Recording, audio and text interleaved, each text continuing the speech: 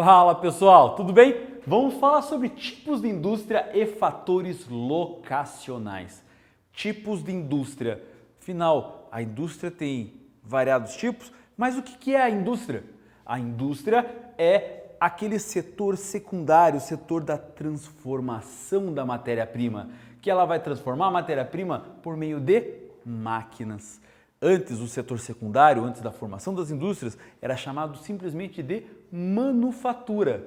Por quê? Porque era a transformação feita pelas mãos. A indústria vem e transforma então em maquinofatura, a produção da matéria-prima, ou melhor, a transformação da matéria-prima por meio das máquinas. Então, dessa maneira, nós surgimos com a indústria. Mas a indústria, ela foi bastante importante. Ela não foi uma coisa assim que surgiu do nada e que simplesmente tomou as nossas vidas. Ela de fato aconteceu num processo em que houve uma mudança radical no comportamento das pessoas. E esse radicalismo comportamental, ele foi chamado de Revolução Industrial. Revolução Industrial. Imagine que antes, quando você precisava comprar o seu sapato, a sua roupa, você ia para o artesão. Você chegava no artesão, então, que ia construir a sua roupa. Sim, construir, a palavra é essa, construir. E você, então, o construtor, o artesão construtor da sua roupa era o alfaiate. Então, ele ia até o alfaiate e ia pedir para fazer a sua roupa. E o alfaiate ia medir todos os seus tamanhos para poder chegar e construir uma roupa especialmente para você. Quando você ia ao sapateiro, o sapateiro naquela época não era o sapateiro que conserta o sapato, ele era o que construía o sapato. Então, para você ter um calçado, um sapato, você ia ao sapateiro e o sapateiro colocava o seu pé na forma e media de todos os tamanhos para construir um sapato que coubesse no seu pé. Dessa maneira, então, a importância desses artesãos e da manufatura na sociedade era muito grande. Existia o trabalho sob encomenda. Essa encomenda, então, você chegava lá no artesão e demorava um tempo, porque ele ia fazer personalizado. Só que daí chega a indústria. A indústria, então, acaba utilizando novas técnicas para a produção. Pega as máquinas, os motores e substitui a força humana no trabalho. Então era necessário uma repetição. Então era muita coisa repetida. Trabalho, trabalho, trabalho, trabalho, trabalho, muitas coisas acontecendo a todo momento. Em ritmo frenético, uma vez que os primeiros motores eram os motores a vapor, aquele dos trens da Maria Fumaça. Tchuc, tchuc, tchuc, tchuc, tchuc, tchuc, tchuc, tchuc. Era muita coisa acontecendo ao mesmo tempo. Então, para produzir um sapato desse jeito, não tinha como fazer algo personalizado. Para isso, então, mudou o comportamento de toda uma sociedade. A partir daquele momento, não era o sapato que tinha que caber no seu pé, mas sim o contrário, o teu pé que tinha que servir naquele sapato que estava sendo construído. Que agora não é mais construção, e sim produzido. Dessa maneira, então, criou-se as medições, as numerações de calçado. 35, 36, 45, 46, imagine. Dessa maneira, surgiu o tamanho das roupas, P, M, G, GG, Extra G, e assim vai de G por aí. Dessa maneira, criou-se então esses padrões para quê? Para que pudesse se produzir em larga escala, por meio das máquinas. Mas essas indústrias acabaram tendo tipos. E não é qualquer uma que produz qualquer coisa. E uma depende da outra. Então, nesse processo da Revolução Industrial, da mudança de comportamento, criou-se então um próprio divisão de setores industriais no próprio setor da indústria. Olha só, tipos de indústria. A principal é a indústria de base. Como está dizendo, é ela que vai dar sustentação para todas as outras. A indústria de base, então, é aquela que vai dar o insumo, o condicionamento e o produto de matéria-prima para ser transformado no produto de fato. Como assim, professor? Não entendi. Imagine a indústria de extração que vai tirar o minério de ferro e vai levar para uma siderúrgica. Pega o ferro extraído e vai levar para uma siderúrgica. A siderúrgica vai fazer o quê? Pegar esse ferro, vai fazer uma liga metálica e transformar em aço. E esse aço, então, vai ser produzido na siderúrgica, que é uma indústria de base. Essa indústria de base, então, vai ser aquela que vai produzir, de fato, os insumos necessários para outras indústrias. E aí vai chegar numa metalúrgica, que aí já é uma indústria de bens de produção. A metalúrgica vai pegar aquele aço que a siderúrgica já tinha feito e vai transformar desde ferramentas até máquinas, até automóveis e até latas de extrato de tomate. Vai pegar aquele aço e vai dar um fim, um produto. Só que ele não é um produto final, ele é um bem intermediário. Até porque a indústria de bens de produção também é chamada de bens intermediários, ok? Vai dar condições ou quase a finalização desse produto. Então, ele vai produzir a chave de fenda que vai ser utilizada na outra indústria, parte do robô que vai ser utilizado para a fabricação de outras indústrias, ou até mesmo instalações elétricas, vergalhões de ferro que vão fazer a construção das indústrias.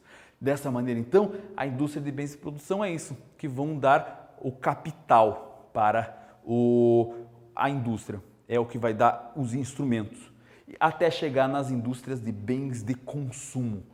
E essas sim, aquelas que são direcionadas o produto para o consumo da população. Então ela pode ser classificada em três formas.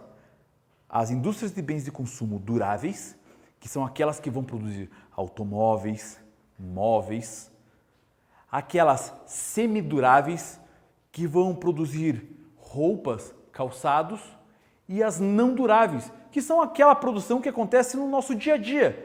Pasta de dente, papel higiênico, shampoo, condicionador, alimentos, remédios, perfumaria. Isso tudo é feito na indústria de bens de consumo não duráveis. Por quê? Porque eles são perecíveis, eles estragam, eles acabam rápido. Essa é a ideia, essa é como se distribui as formatações da indústria, vamos dizer assim.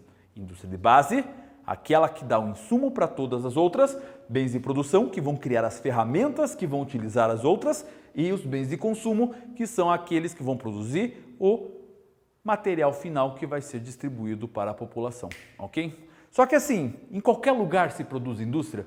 Eu posso produzir em qualquer lugar? Não, porque ela precisa de uma série de condições geográficas para a instalação. Ninguém iria colocar uma indústria no deserto do Saara, iria? Talvez sim, talvez não. Para isso, entende-se então que para construir uma indústria, uma fábrica em algum lugar, eu preciso de fatores locacionais, que são elementos que vão dar condições, ou não, para a instalação de uma indústria. Para eu colocar uma indústria num lugar, eu vou precisar do quê? Eu vou precisar de mão de obra, pessoas trabalhando.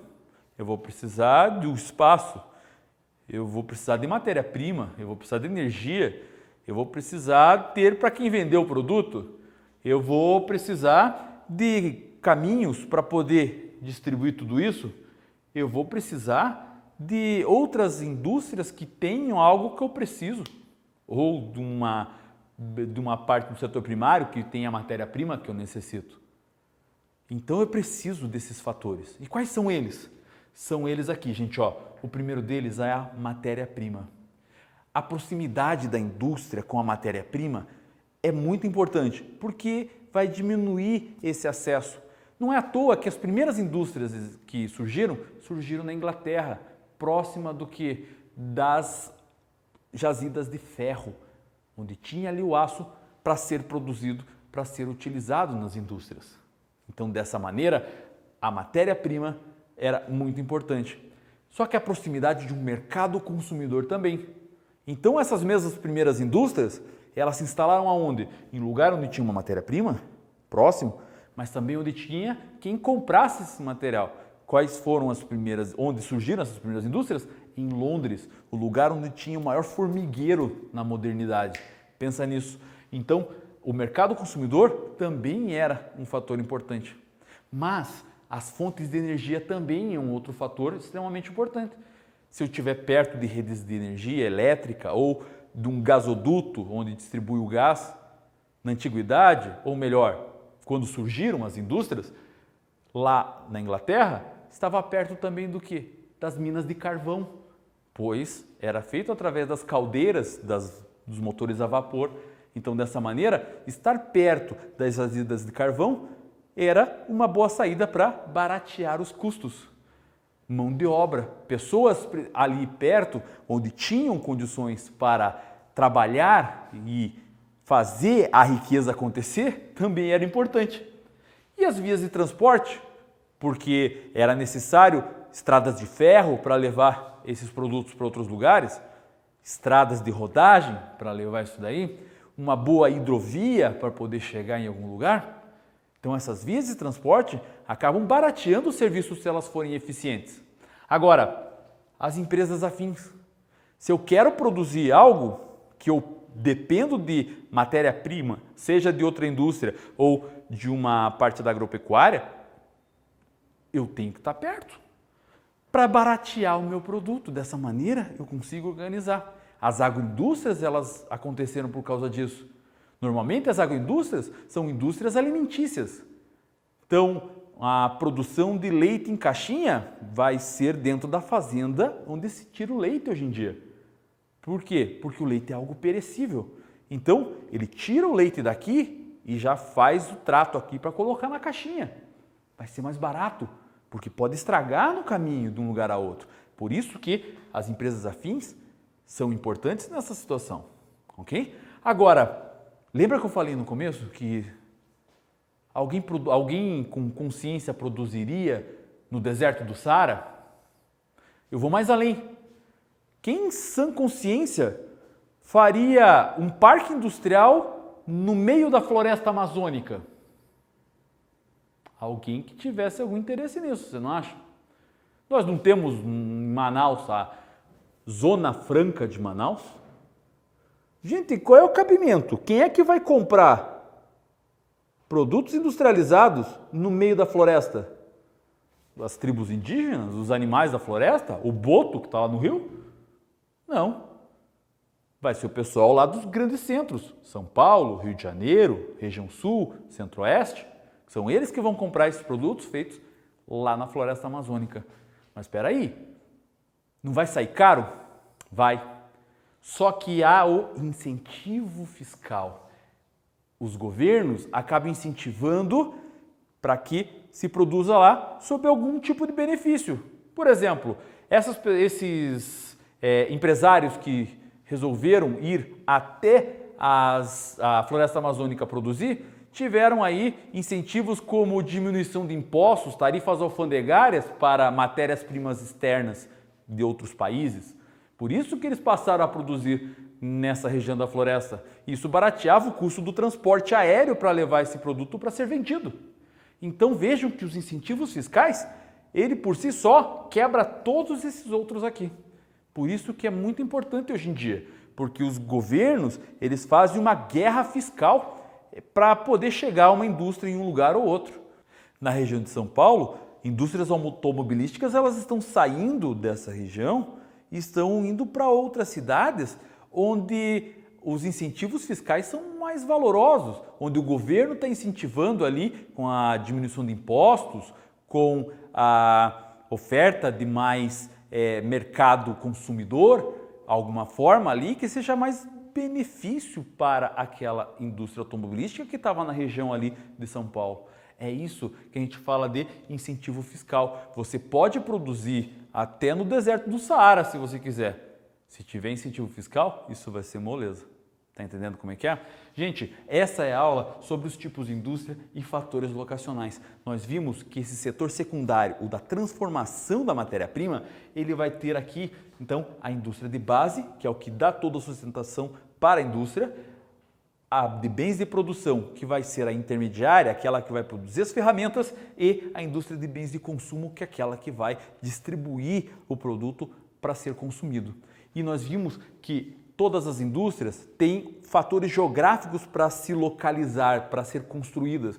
E ela pode ser desde matéria-prima, mercado consumidor, fonte de energia, mão de obra, via de transporte, empresas afins, como também pode ter algo mais artificial, um incentivo do governo, uma injeção de subsídio ali que vai fazer com que gere ali um interesse desse mercado em estar em determinado ponto.